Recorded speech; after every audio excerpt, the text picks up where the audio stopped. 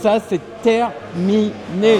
Déjà, si vous arrivez à faire que ça, vous aurez fait un pas de géant pour respecter les océans. Il faut savoir que 99% du saumon qu'on mange en France est importé. Il vient soit de Norvège, soit d'Islande, soit du Chili, d'Alaska, bref, de partout dans le monde, sauf de France.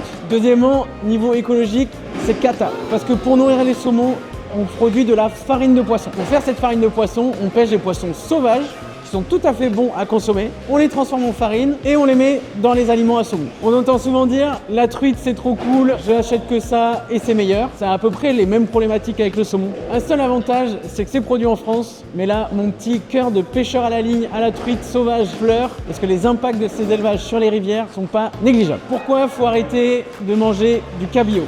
Le hic avec le cabillaud, c'est qu'il est pêché majoritairement en Norvège et en Islande et ensuite il est importé chez nous. C'est franchement frustrant quand on sait qu'en France, il y a plein d'espèces qui sont cousines et qui lui arrivent largement au-dessus de la botte. Vous l'avez. Et là, on arrive dans le pire des 3 produits de la mer qu'il faut absolument arrêter pour soutenir les pêcheurs français et manger durable. La bonne grosse crevette tropicale.